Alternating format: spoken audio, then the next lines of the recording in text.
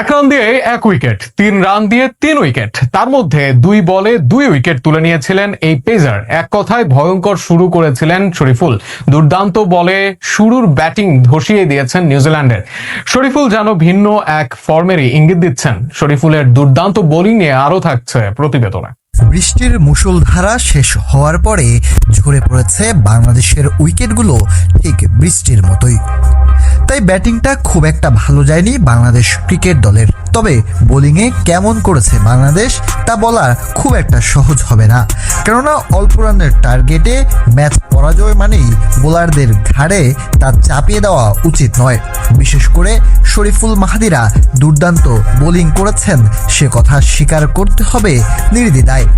বিশেষ করে শরীফুল ইসলাম যা করেছিলেন, 102 রান করেও সেখান থেকে ম্যাচ জেতা সম্ভব সেটি তিনি প্রমাণ করতে চেয়েছিলেন। ইনিংসের প্রথম ওভার শেখ মাহাদি বোলিংয়ে আসেন, ওভারে হয় 9 রান।